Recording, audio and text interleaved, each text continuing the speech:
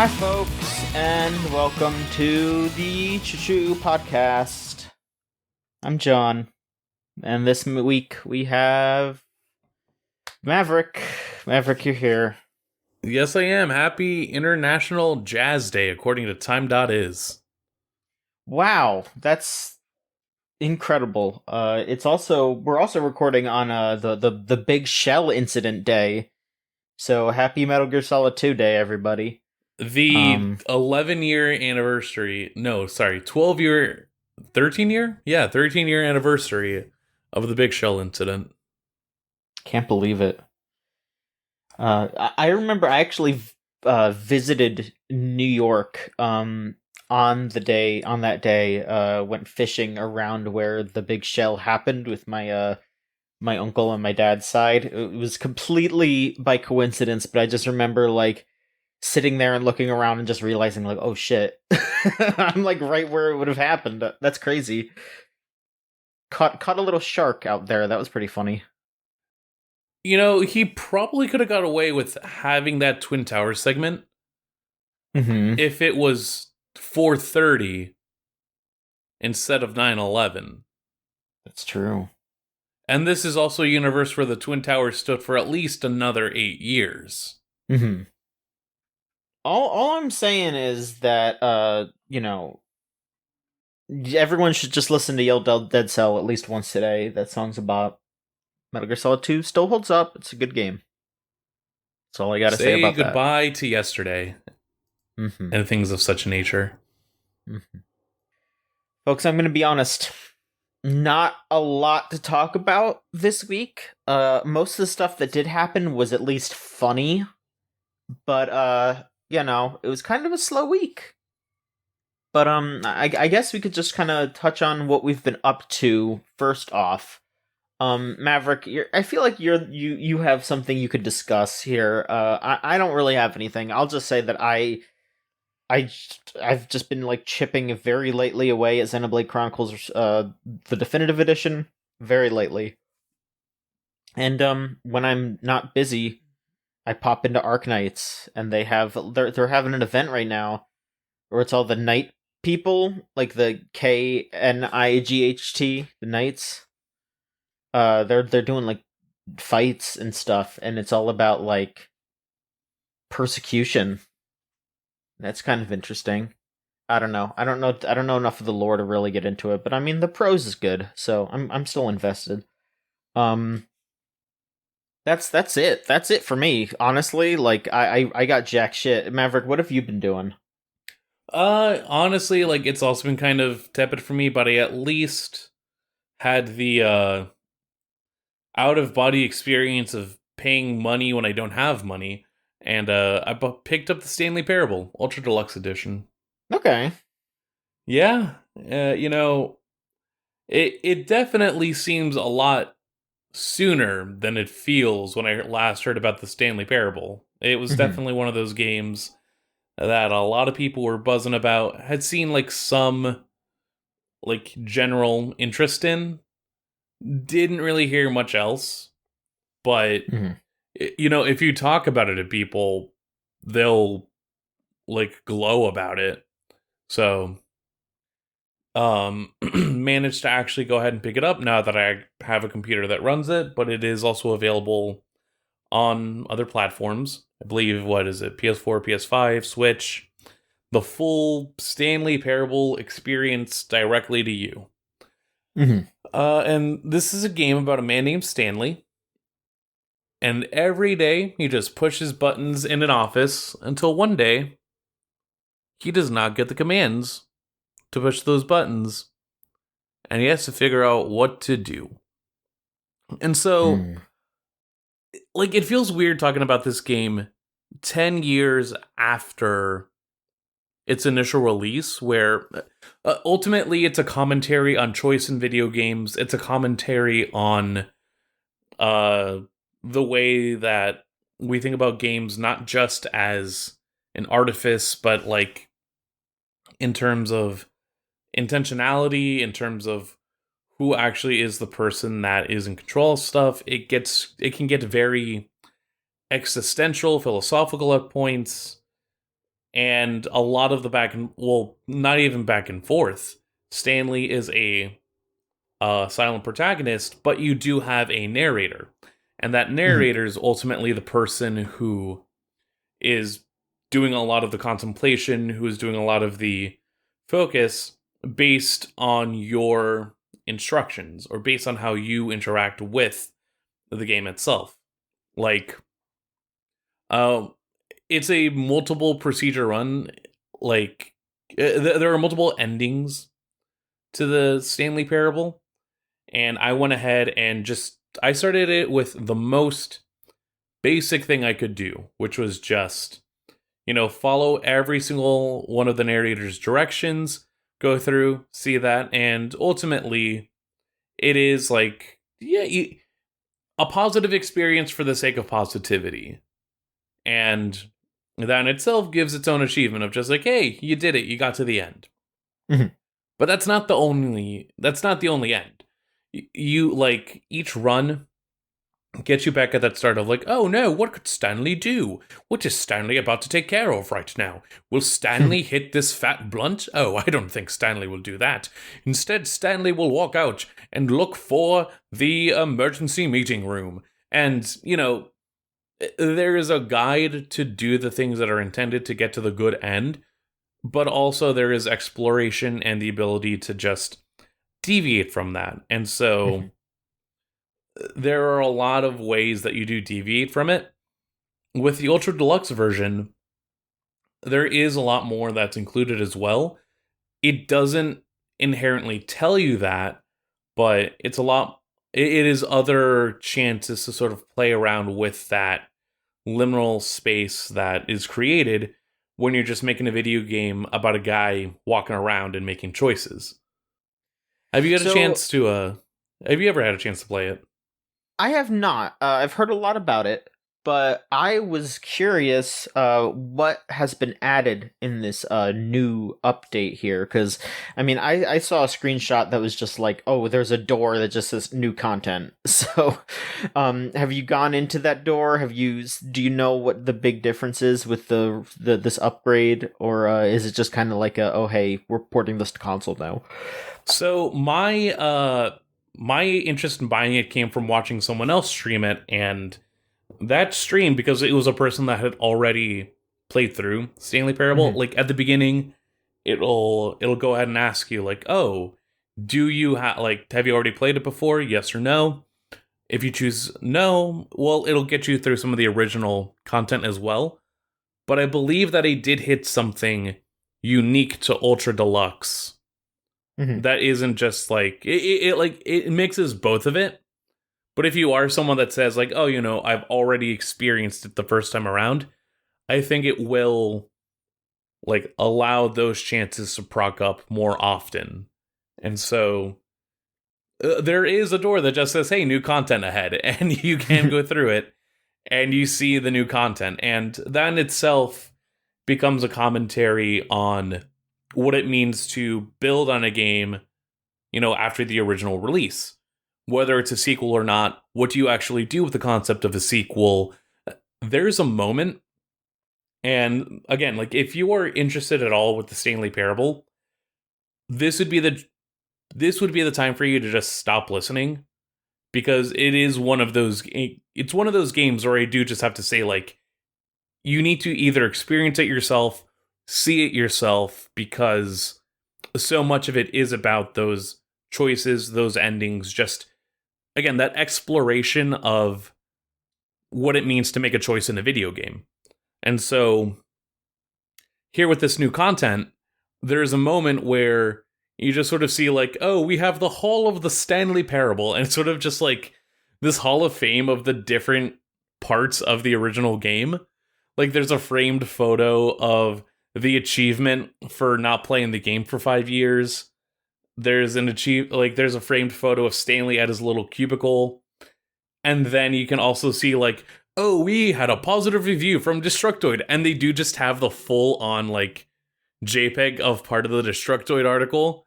There's another one that they do for like the LA Times, like just very like, look at how people loved the Stanley Parable. And then there's a section, you walk a little bit further out, and it's literally just freight containers of Steam reviews. And then you just see some of the negative Steam reviews with the name of the person that wrote it too. Like, just the full on screenshot of what those reviews were like. And the narrator just sort of being like, oh, well, how can we possibly build on top of these expectations? And so there's a lot of jokes about like, oh, what are new features that you add to a sequel? What are new things that people want? Do we add collectibles? Do we not add collectibles? A lot of that build up to get to that point. And eventually, the Stanley Parable Ultra Deluxe Edition becomes the Stanley Parable 2. Okay. Like, literally just becomes... There's a moment where the narrator will be like, oh, we're working on the Stanley Parable 2. And there's a whole gag about, here's the Stanley Parable 2. Literally imagine the Peggle 2 guy each time. Mm-hmm. And you're seeing like this showcase, and it's just like a big red 2 in the middle of like the stage. And it's kind of just like, that's not right. Stanley Parable 2. Could be better. And then eventually, again, as the narrator jokes more about this, he's like, oh, but it's needs to have a fancy title screen. So let's try this out. Fade to black, and you just hit with the Stanley Parable 2. So it is still like, it is still the original game. You can still do everything in the original game as well. But then, yeah, a lot of that additional content is more endings, more exploration. That joke about the collectible ends up becoming a continual running gag throughout each of these endings, and so you can find those little collectible Stanleys, mm-hmm. and you can just find those throughout your multiple explorations. It's interesting. I get why people were so eager to either experience this game or talk about this game. I know that the creator's other game, The Beginner's Guide, was also something that a lot of people latched onto, that being a much more dramatic or serious exploration of just choice of games, how video games become an extension of yourself in a way. And it's interesting to see this come out as well, especially, 10 years past of where that original games market was. And a lot of those, I would say a lot of those criticisms and jabs become much more poignant now, seeing where a lot of games, game sequels, game franchises have ended up. Right. See, so yeah, it's definitely like an interesting parallel to how games have evolved over the years, but kept in that same bubble of what the Stanley Parable is. That's a neat way to take a look at the past and look into the present and even the future as a game creator. That is cool. Yeah, and I mean, it's very much a game of contemplation. With the narrator, even in the general sense of trying to figure out who that character is alongside Stanley, mm-hmm. I would say it's very easy to go oh, this is a villain, he's the person that's controlling you, etc., etc. But I think the mm-hmm. game does a really good job of showing how your choices also affect how that relationship looks like. That ending that I talked about that I got through my own, through just figuring it out and realizing oh, that was an Ultra Deluxe edition. It was definitely one where it paints the narrator in this light where, wanting to do well by you, but ultimately, what does it mean to do well if it still restricts the idea of choice? It gets very heady in places that I didn't really anticipate.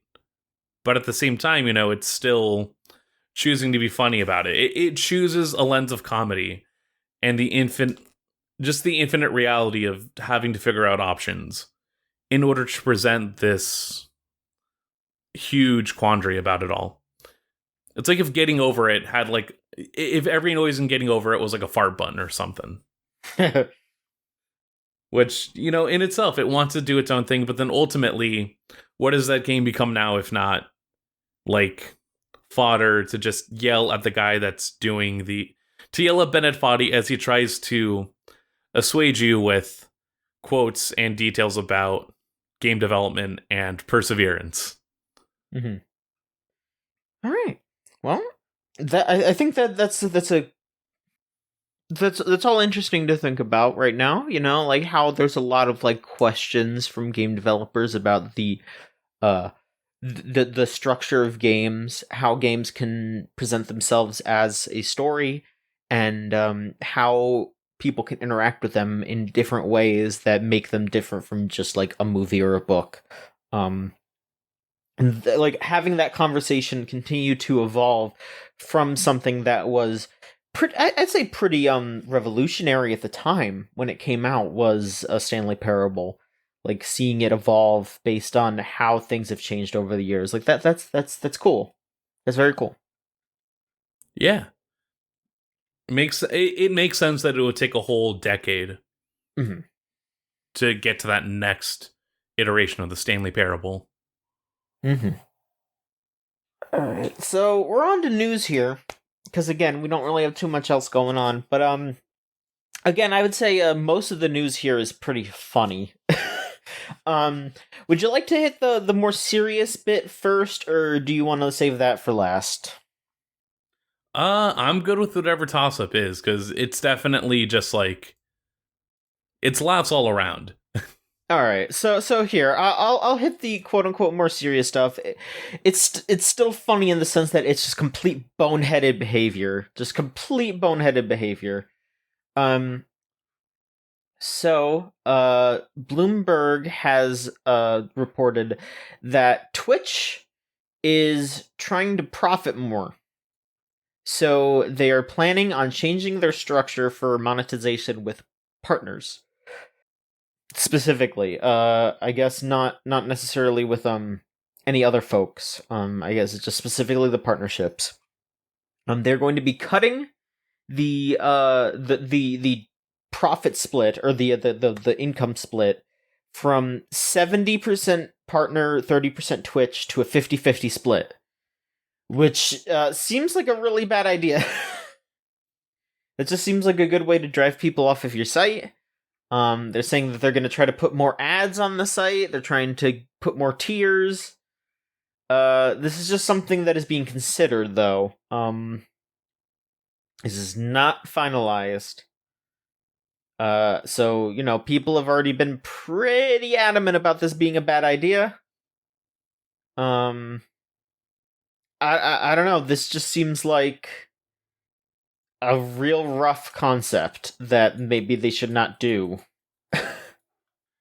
Yeah, I don't have all the numbers or information about how streaming looks like across the platform, Mm-hmm. but it's definitely a move. I've at least seen theories about this being a move to slowly like phase out the partnership program entirely. So, Mm-hmm. if you're completely in the dark about how getting subscriber and making money works, Twitch offers two current programs, the affiliate program and the partnership program. For affiliate, there's a specific level of, like how many times you have to stream in a week, how many viewers do you have to pull, at least showing the like brand awareness and ability to gain an audience that would, in Twitch's eyes, warrant being able to get paid through that company specifically for your streams, getting that subscriber button, getting those emotes, etc. Partnership is what you can apply to sort of like as a second deal in order to get those additional benefits for, putting in more hours, making streaming and live streaming more of a specific part of your career path / just fully becoming a full-time streamer. And to see like even just the idea of changing that revenue split based on already what people like, from what I hear, friends of mine that are streaming at partner level get already, it is very harrowing, to say the least. Just seeing a company not really know how to deal with, I don't know, I would say not knowing how to deal with the influx of streamers sort of as a result of the pandemic. Right. Like, I think that really motivated a lot of people to look into new avenues, and Twitch is one of those new avenues, without a doubt. And so, even though it is, at this point, a extension of Amazon, there's definitely money that could be allotted in there, so to say. Mm-hmm. At the same time, I'm not surprised that they're looking into ways to try and tighten that, to either make that affiliate process more exclusive, or to just phase it out in a way that's more doable for the company, so to say. Yeah. Seems like a mess. And again, this is all stuff that's being talked about in private, not anything that is gonna happen yet. So we'll see how it happens. But for now, that is what we know about. Bad idea. Yep. But not set in stone yet. So I guess all we can really do is just be like, yo, bad idea, don't do it. Let's not do this. And then maybe they'll listen. Maybe. There's a chance. If there's streamers that you follow, just keep an ear to the ground and see, if they eventually want to make a pivot to YouTube, if they look into something else. It's definitely a point to just... saying that this could be done as early as this summer is definitely alarming, but hopefully through the multiple people that have complained about it, there is at least enough back push to try and at least not fully commit to it. Alright, our next bit of news here. The Super Mario movie has been delayed. Damn. We got an official tweet on the Nintendo Twitter account that started out with one of the funniest goddamn things. This is just a tweet from the @NintendoAmerica Twitter account. This is Miyamoto. After consulting with Chris San, my partner at Illumination on the Mario film, we decided to move the global release to spring 2023. April 28th in Japan and April 7th in North America. My deepest apologies, but I promise it will be well worth the wait.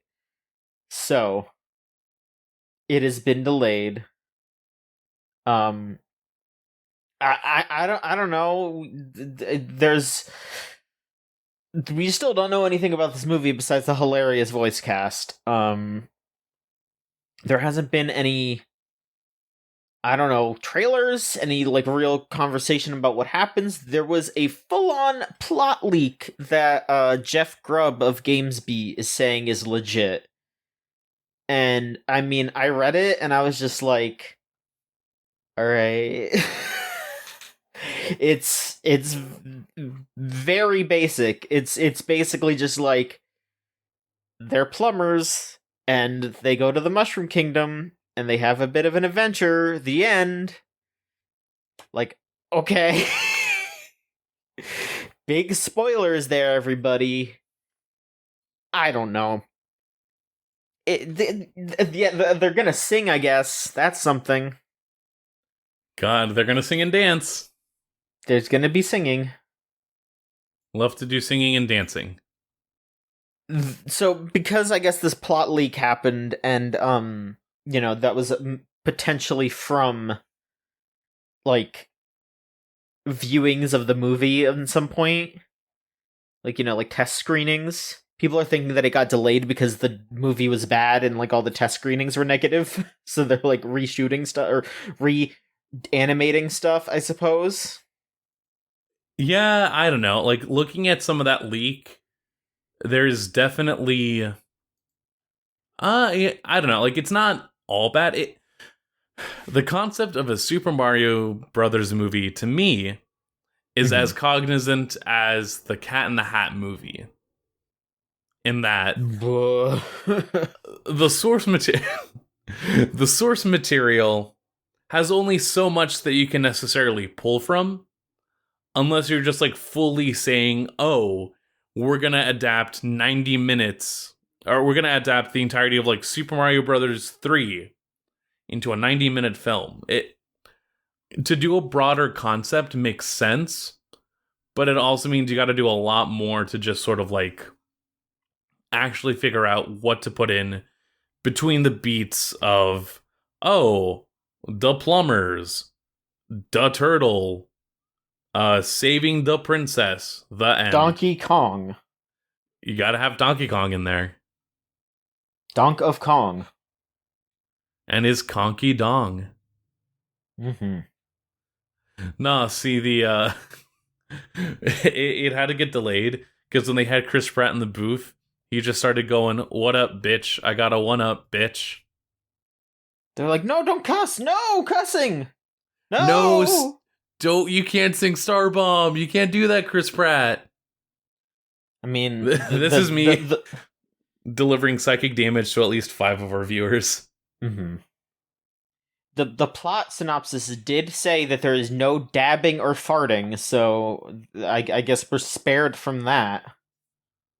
But what if they add it in the, like, updates, you know? What if they're like, wait a minute, this film is a failure because there wasn't enough dabbing and or farting? We didn't have enough of that. Also, it's like, the confirmation that they have Brooklyn accents. Mm-hmm. I legitimately hope that's not the thing that they try and, like, take away. Because Mario only exists for me either as, one, the, like, delightful Italian noises of Charles Martinet, or he sounds like a outtake from a SciTalk NYC video. Mm-hmm. There's no in between. I need to hear the voices. I need to hear Chris Pratt Mario so fucking bad.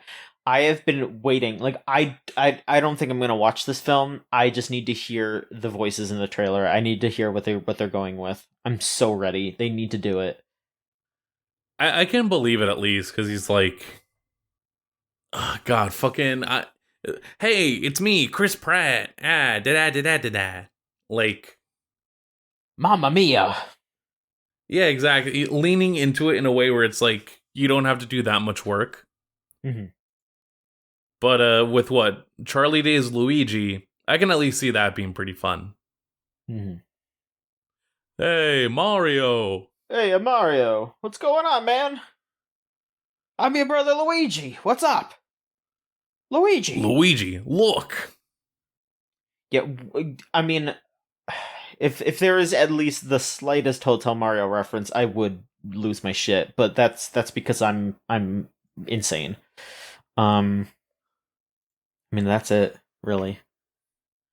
All right. So I guess we got to touch on because again, not much else happened. We got to touch on the big news story of the week, which is also one of the funniest things. The Balan situation. Oh, the balance situation. Folks, Yuji Naka went on a fucking rampage on Twitter this past week.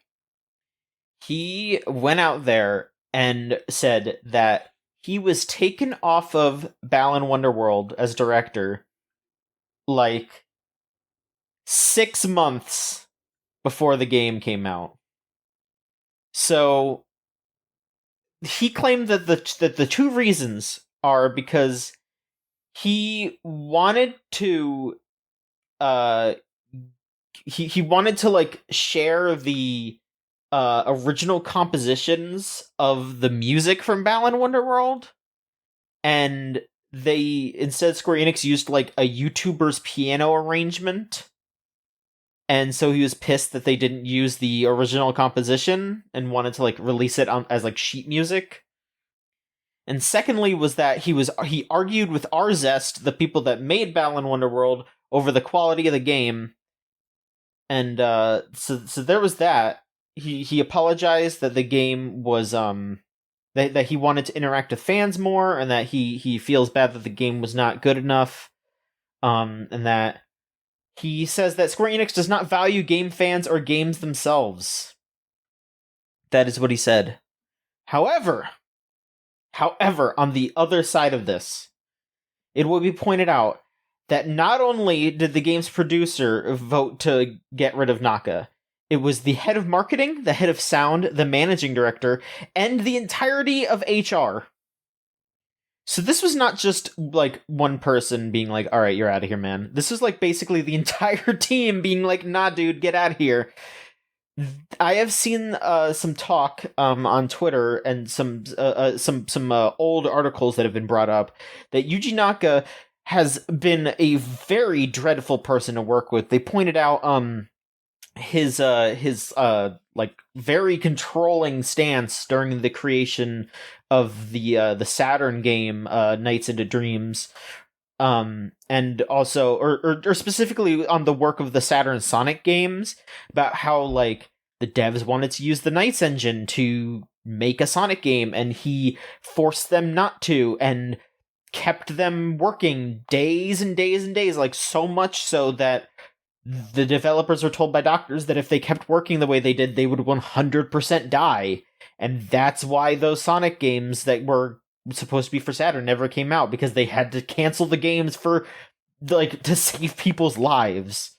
So I would not be too shocked if Square Enix maybe didn't give Balan Wonderworld a gigantic budget and like all the freedom possible, and they were just like, yeah, dude, just make this game in this amount of time. But also, it really seems like Yuji Naka is an extremely controlling, extreme, like he I think he probably, I don't know. I feel a little shitty like psychoanalyzing someone, but like if just from what from the previous evidence and just from picking up the way that he's talking about this, I think Yuji Naka thought Balan Wonderworld was going to be this gigantic opus that Square Enix was going to dump money and time into, and like that he was just going to be able to be like, no, we have to like fine tune this game. We need to have 50 costumes. We need to have a million levels of all kinds of shit going on. And Square Enix was just like, dude, just make a little game. Like we hired you to make this goofy little game. What are you doing? Like that's kind of what it feels like. It feels like Naka just wanted to like make this like far more of a big deal than it was, and he tried too hard to push something gigantic when like he absolutely shouldn't have, and everyone wanted him the fuck out of there. Yeah, it's also weird, like, trying not to tiptoe this in a way that makes it seem like this is a pro Square Enix stance either, because full-throatedly fuck Yeah. Square Enix, but also... I mean, yeah, they're a big old publisher. We're not gonna like kiss ass for some big company here, but it does just seem like I'm saying this for the fucking workers. I'm saying this for like, hey, he probably was pushing people really fucking hard to try to make some shit that they did not have the budget and time to do. Like, it's just, he seems like a very unreasonable developer if he's given any kind of like, you know, if anyone that he sees as like less than him tries to say, nah, dude, this is how it's supposed to work, this is how it's gonna work, this is your budget, this is the time frame, do what you can do here. It just seems like he's a pretty unreasonable person in this regard. Yeah, I mean, gonna see how that lawsuit comes out, ultimately. Yeah. Because so far, this is just his side. And again, you know, maybe he has changed over the years. Who's to say? You know, Arzest has never really been like an amazing publisher or developer themselves, so you know, like expecting like extremely high quality from them probably is a bit asking a bit much. But at the same time, it's just like, yeah, it just really seems like from the evidence over the years, dude was probably asking a shit ton, and you know, just did not have the time and money to do what he wanted to do, and he lashed out about it. Yeah, hate to see it. You truly hate to see it. It is like just it's a fucking nut fiasco, and I don't know. Again, I think at the end of the day, I'm basically just like, not. I don't want to side with anybody here. Like, I don't want to fucking. This is just a mess. this is just a fucking weird thing going on, and I'm just gonna watch it shake out, and I'm just gonna keep thinking about Balan Wonderworld as that insane game that came out a year ago, and that's it. I do like the take that hopefully, in some capacity, this leads to some bonkers post Balan material in the future. Yeah, are we gonna see Punished Tanaka here? Is An he going? entire trilogy focused on Lance. Is this going to be? This going to be Yuji Naka's Death Stranding? Is that what we're gonna see? Who knows? Yeah, I mean, like honestly, it kind of feels like the way that I thought about it is basically like Yuji Naka sees himself as someone like on the same level as Kojima, and I'm not trying to say like we need to be kissing the ass of quote unquote auteurs, but like like he probably saw, because I mean he helped make Sonic. That is a big deal, but like if you think about how people see Kojima today, and they're like, oh yeah, no, if he came back and did another Metal Gear, people would be losing their fucking minds. But like, and also when he made MGS5, he was a little difficult to work, or he was difficult to work with, but like also like people liked working with him, and he still made a shit ton of money for Konami. But like Yuji Naka's just like, yeah, I'm gonna come on here and make my silly little game, and some people might like it, but it's not like he was ever gonna pull in MGS5 dollars, and I feel like he was kind of like asking for MGS5 budget and time, and it's just like, nah, dude, you're making Balan Wonderworld. Yeah, again, like if the ultimate thing of this is that he creates his own studio, then there might be that, but I mean, it's he has in the past, and I don't think it really went very well. Like, I remember I think he made that Ivy the Kiwi game. I think that was with his own studio, and Rodea the Sky Warrior, which also like people didn't like. I mean, I know I think some folks do like Ivy the Kiwi, but like that Rodea the Sky Warrior game, I think like pretty much crashed and burnt.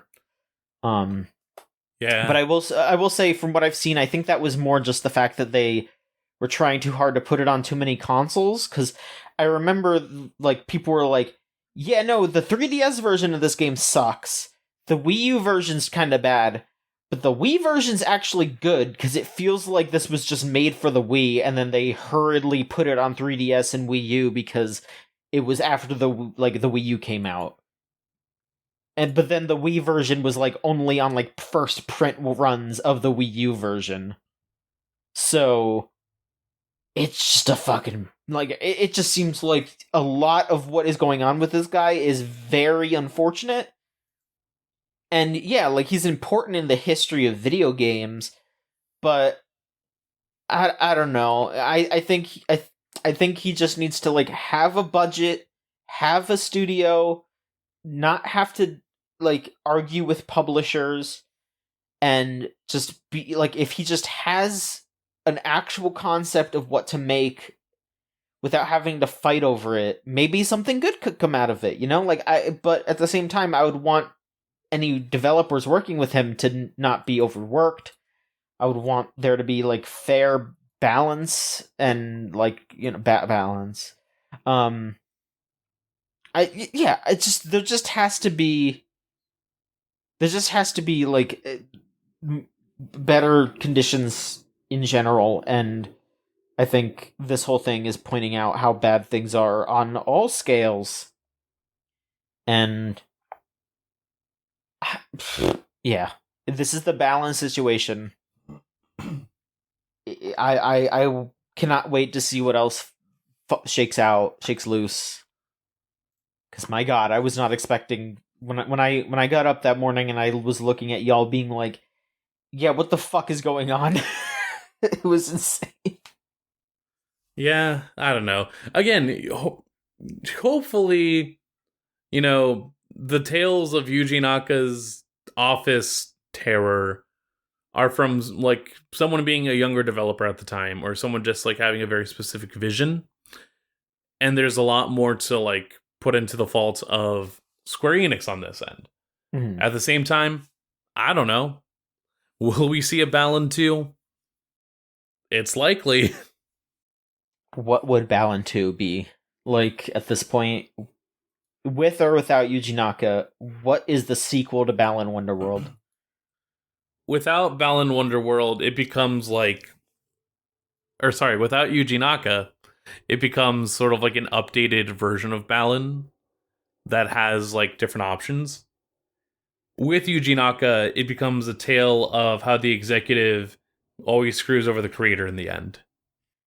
God, yeah, just the most bitter, angry Balan Wonderworld creation. Like, it's just him being like Balan's just like, oh, the mayor wants to push their final story way more than my Wonderworld.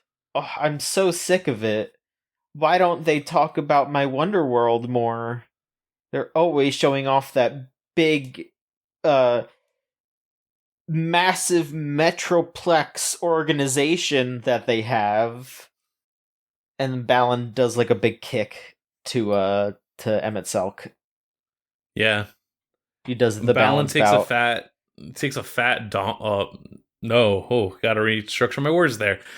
Balan takes a fat bong rip in Captain Rainbow 2.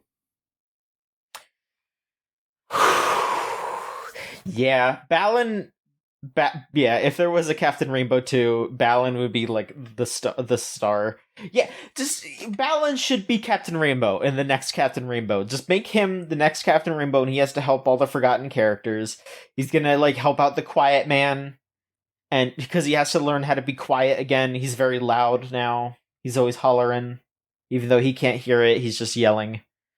Um who else is who what other Square Enix characters need the help of Captain Rainbow Balan? Jesus, I couldn't tell you. So It many. was such a sour churn for Balan. A la that very like distasteful Peter Pan take in that new Chip and Dale movie. Oh god. Yeah, it's like it's rough because the joke is What just like, oh, he's washed up, he's no good, and then you do the tiniest bit of digging into that original like voice actor, and it's like, oh, dog, this is not the joke to make. it's a real weird topic for sure. We Tune we in will to Balan's Top Hat becoming an accessory in FF14. look if there was a Balan like short story in Final Fantasy 14, maybe you'd get me to play it, you know? The near Oh, stuff you don't almost want to got. read you don't want to read the additional like novelization of Balan? I mean, I do. I gotta see if it's available. Some hang on. I'm gonna Balan novel read online. Oh my god, is there a fucking okay? Hang on. I mean, there's just a plot synopsis on this wiki page. Is there Meister of Mystery Theater of Wonders? Did this release? Is there an official English translation? Oh, it's only in English translation, I believe. I could get this on Kindle for $10. There you I have gotta it. yeah, alright. I gotta figure this out. I could go to ebooks.com and pay $10 to read the Balan Wonderworld book. Um Oh boy. Book series part 1.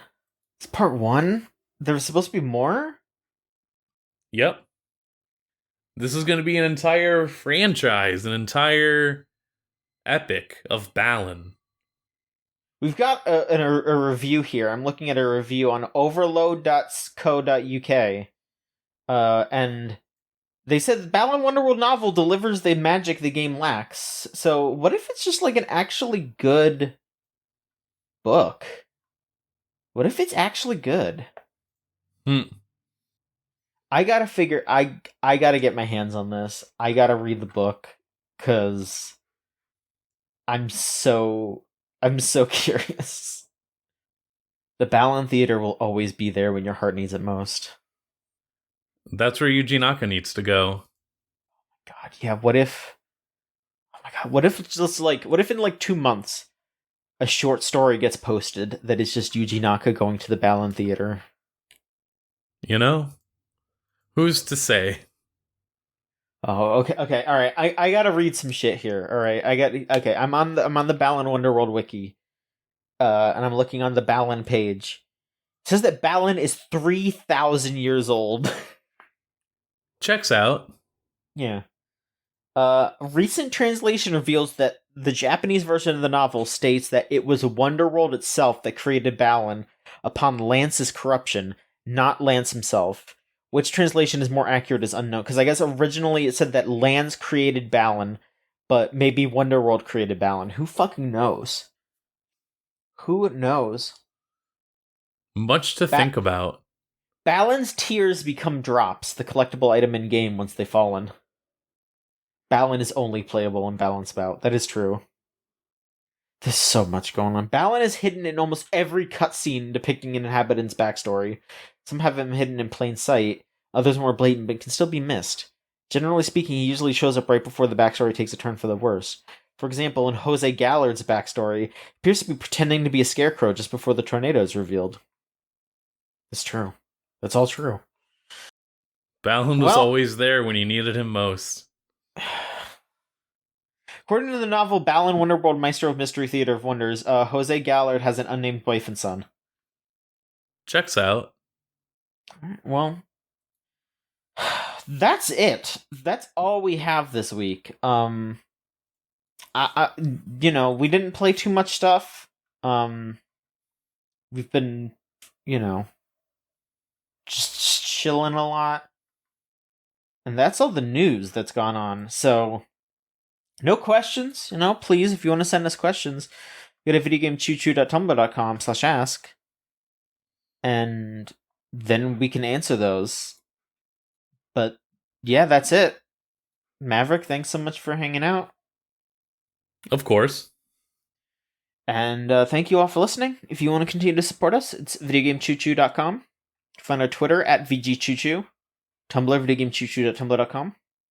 Facebook.com/videogamechoochoo. YouTube.com/videogamechoochoo. Twitch.tv/VGChoochoo. All of those things that you can click on and type in, and you will be able to see all the things that we post. Pretty much every single thing we post will be on there. You can hang out with us on Discord in the gamezone.zone. You type that into your web browser and it'll bring you straight there. There's always someone out there hanging out, chatting, talking, doing whatever. If you like what we do, you can go to patreon.com/VGCC and give us just $3 a month to get all of our stuff a whole week early. And that mostly for now is our anime podcast that Maverick and I do with Rosen and LV called Unlimited Railworks. We just did a review of Gun Gale Online, the Sword Art Online spin-off that is actually good. Of course, you can find our theme song Crush off of the album Magic is Real by Melt Channel/Magic Circuit on meltchannel.bandcamp.com, or you can listen to the new stuff at magic-circuit.bandcamp.com. Bandcamp Friday's coming up. That's going to be next Friday, so go buy that music if you want. Maverick, where can people find you?